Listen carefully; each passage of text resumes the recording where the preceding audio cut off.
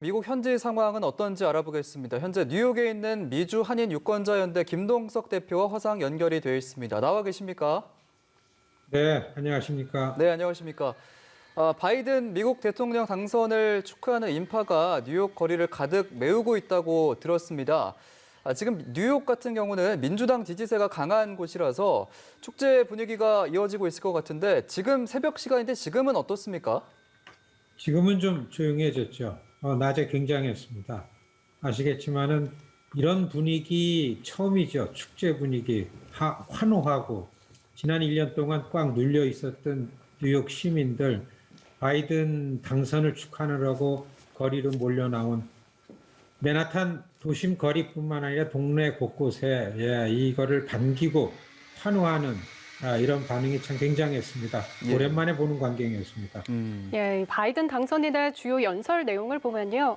분열이 아닌 통합을 추구하는 대통령이 되겠다. 미국이 세계로부터 다시 존경받게 하겠다라고 말을 했는데 상원의원 36년과 또 부통령 8년을 지낸 만큼 과거와 현재를 아우르는 바이든 당선인에게 과연 미국 시민들은 어떤 역할을 기대하고 있을지도 궁금한데요.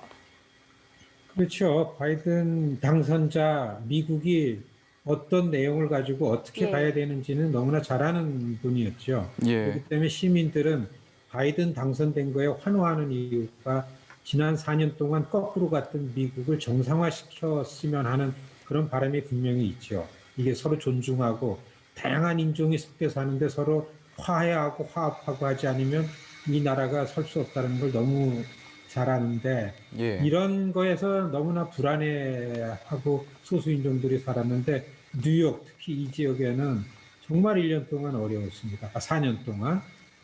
이게 인종주의 같은 게 얼마나 없어져야 될 건지를 아니까 지금 바이든 대통령에 대한 이 시민들의 기대는 미국의 정상화 그리고 다양한 사람들이 서로 존중하고 화해하고 사는 이런 그 갈 길을 가도록 하는 그런 그 기대가 지금 팽배돼 있다 이렇습니다. 예. 미국 사회 통합과 더불어서 이제 바이든 당선인에게는 코로나19도 최우선 과제가 될 텐데 현지 시간 9일에 코로나19 TF를 꾸리겠다고 했습니다. 최근 미국에서 이제 하루 신규 확진자가 13만 명 이상으로 매일 최고치를 경신하고 있는 상황인데요.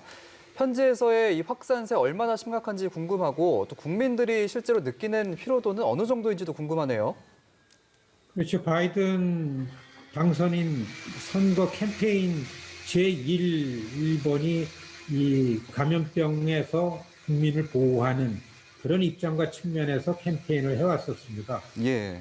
트럼프는 그 정반대 입장이었었는데, 뭐 선거 전부터, 그리고 선거 끝난 다음에 당선이 확정된 다음부터 간간히 그런 걸 언급했죠. 무엇보다도 감염병으로부터 국민의 보건, 생명 안전 보호가 제1이다. 예. 방역에 집중하겠다. 각 주지사들에게 마스크를 쓰는 것을 의무화하도록 부탁을 하겠다. 그다음에 테스트를 더 많이 해가지고서 이 시민들을 안전지대로 보호하겠다. 이런 그 목소리를 반복해서 냈습니다. 이게 제일 중요한 먼저의 정책 이슈로다가 시행될 걸로 그렇게 기대가 합니다. 예. 한편 트럼프 대통령이 여전히 대선 결과에 불복을 하면서 당분간 미국에는 극심한 혼란이 계속될 것이다라는 관측이 많은데요. 자신의 골프장에서 바이든의 펜실베이니아 승리 보도를 접하고 또 백악관으로 들어왔는데 아직까지는 새로운 반응은 없는 상황인가요? 트럼프 대통령 반응은 예상했던 거고요. 예. 그리고 그런 언급을 하는 거는 당연하고 다만 선거 결과 개표하는 과정 속에서 나온 것들에 대한 트럼프 대통령의 반격이 별로 그렇게 큰 명분이 없었습니다. 그래서 일반 시민 사회에 여론화되는 것도 별로 큰 효과가 없었는데 다만 지금 트럼프 캠페인 캠프 그다음에 측근들은 월요일서부터 이제 각 그 소송을 제기하고 법적인 조치를 취해 나간다라는 이런 걸 채비를 갖추느라고서 지지자들에게 이런 거에 소요되는 비용을 모금하는 거에 본격적으로 나섰습니다. 예. 아마 당분간은 당선인으로 확정이 됐지만은 트럼프 대통령의 이런 반격 때문에 조 바이든 캠프에서는 좀 시달릴 것 같다 이렇게 전망이 됩니다. 예, 이번 선거에서 사실 전통에서 벗어난 장면들이 많았는데 패배 선언 없이 이제 당선자가 승리 선언도 하게 됐고요. 또 트럼프 대통령이 바이든 당선인을 백악관으로 초청하지 않고 있는 상황입니다.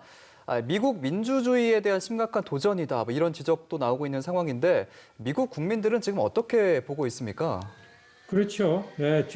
지난 4년 전혀 미국 시민들이 대해보지 못했던 대통령 리더십에 직면했었죠. 예, 그리고 사실 트럼프 대통령이 국가 관리해 오는 과정들을 보면은 이건 어떤 정치권 안에서의 어떤 정치인이 정치를 하는 게 아니고 미국의 오랫동안 미국을 관리해왔던 운영해왔던 기득권층들에 대한 일방적인 공격 입장에서 해왔었기 때문에 지금 한동안은 트럼프 대통령이 이렇게 해오는 거에 대해서 아직 시민들은 염려하고 있고 다만 이제 이 각 매체에 나오는 오피니언 리더들은 이거를 빨리 수습하고 회복해야 될 텐데 이 조 바이든 당선자의 리더십이 이걸 어떻게 감당할 건가, 어떻게 나라를 국가를 하나로 만들 건가 많이 걱정하고 있는 그런 예상입니다. 예.